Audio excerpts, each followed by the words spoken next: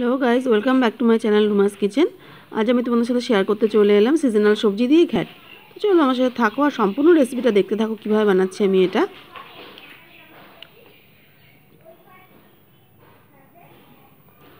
তো দেখো এখানে নতুন আলু, শিম, মূলো ভালো করে ধুয়ে কেটে রেখেছি আমি। আর এখানে পেঁয়াজ লঙ্কা কুচি রয়েছে, নুন হলুদ রয়েছে, আর কাঁচা টমেটো ডুমো করে কেটে রেখেছি, আর ধনেপাতা কুচি রয়েছে। তো কড়াইতে সর্ষের তেল গরম বসিয়ে প্রথমে আমি আলুর টুকরোগুলো তেলের উপর দিয়ে দিচ্ছি, দিয়ে মোটামুটি এটাকে 2 মিনিট আমি ভেজে নিচ্ছি।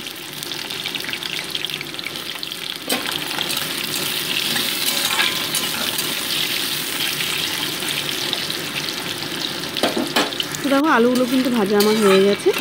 এবার আমি পেঁয়াজ লঙ্কা কুচিটা এর মধ্যে অ্যাড করে দিচ্ছি। এটাকেও মোটামুটি 2 মিনিট আমি ভেজে নিচ্ছি আলুর সাথে। এই ঘ্যাটটা শুধু কিন্তু পেঁয়াজ ফোড়নে আমি করছি, এর মধ্যে আর কোনো কিন্তু ফোড়ন যাচ্ছে না বা কোনো মশলা কিন্তু আমি আর অ্যাড করছি না এর মধ্যে। এবার দিয়ে দিচ্ছি পরিমাণ মতো নুন হলুদ, দিয়ে হালকা নিয়ে নিচ্ছি এটাকে। এবার বাদবাকি যে সবজিগুলো কেটে রেখেছিলাম সেগুলো আমি এর মধ্যে অ্যাড করে দিচ্ছি।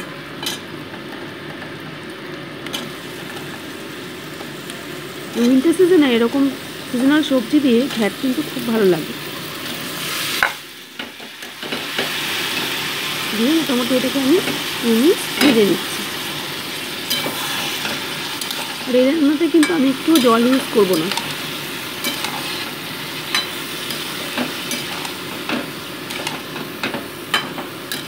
দেখো 2 মিনিট কিন্তু ভাজা আমার হয়ে গেছে। এবার একটা লিড চাপা দিয়ে মোটামুটি 15 মিনিট গ্যাসের ফ্লেমটা একদম লোতে রেখে আমি ওয়েট করব। তো দেখো 15 মিনিট পর ফিরে এলাম, সবজিগুলো সেদ্ধ হয়ে গেছে। জাস্ট খুন্তির সাহায্যে একটু সবজিগুলোকে স্ম্যাশ করে দিচ্ছি, যেহেতু এটা ঘ্যাট তাই জন্য একটু স্ম্যাশ করে দিচ্ছি সবজিগুলোকে। দিয়ে মোটামুটি এটাকে 2 মিনিট আমি কষিয়ে নিচ্ছি।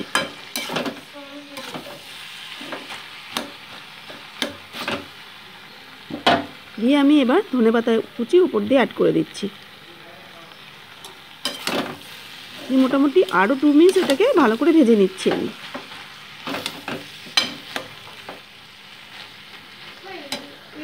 দেখো ঘ্যাটটা কিন্তু আমার হয়ে গেছে। এখানে আমি ধনেপাতা কুচি হিসাবে ব্যবহার করেছি, তোমরা চাইলে এটাকে পেস্ট করেও কিন্তু এর মধ্যে দেওয়া যেতে পারে, ধনেপাতাটা পেস্ট করেও দেওয়া যেতে পারে। রান্নাটা দেখো আমার হয়ে গেছে। এরকম ঘ্যাট কিন্তু রুটি দিয়েও ভালো লাগে, ভাত দিয়েও ভালো লাগে।